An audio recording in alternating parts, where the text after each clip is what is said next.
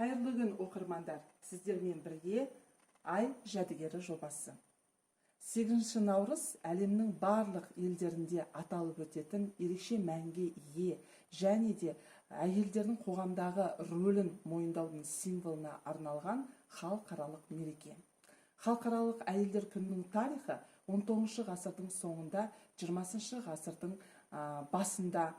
басындағы әйелдердің еңбек, саяси және де әлеуметтік құқықтары үшін күреспен байланысты болды.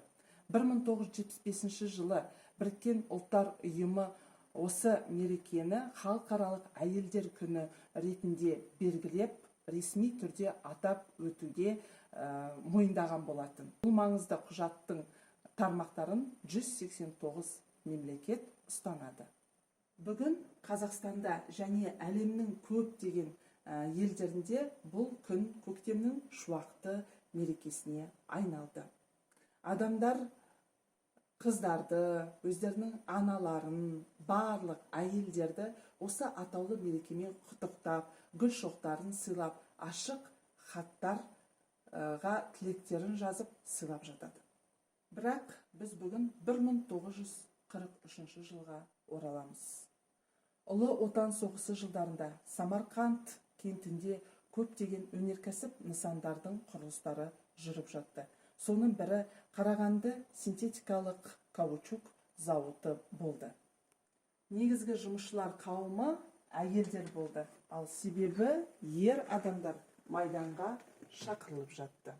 Сол ауыр жылдары 8 наурыз әдеттегі жұмыс күні болатын. Бірақ ең лайықты қызметкерлерге міндетті түрде мадақтама қағаздары тапсырылып, газеттерде олардың еңбектегі табыстары туралы өлеңдер мен мақалалар жарияланды. Бұл оқиғамен біздің музей қорындағы ең қызықты жәдігер байланысты. Бұл 1943 жылғы 8 наурыздағы синтетикалық каучук Сафпрен нөмір 2 салынып жатқан зауыт дирекциясы басқармасының бұйрығынан үзінді көшірме. Біздің ұжымның барлық әйелдерін 8 наурыз халықаралық коммунистік әйелдер күнімен құттықтаймын.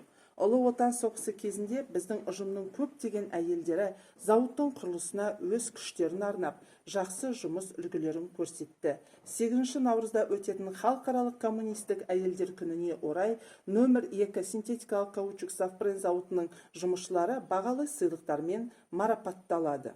Бұл құжаттың ең қызықтысы біздің ұжымдағы әйелдерді жұмысты күшейтуге шақырамын деген тілек. Бұл тілек сол кезде өте өзекті тілектердің бірі болған шығар. Мереке қарсаңында 21 ғасырдың әйелдері бүгінгі таңда 8 наурыз мерекесінде қандай ізгі тілектер алып жатады екен. Осыған орай біздің музей сауалнама жүргізген болатын. Сол сауалнаманың нәтижелерін біздің экспозициядан көре аласыздар.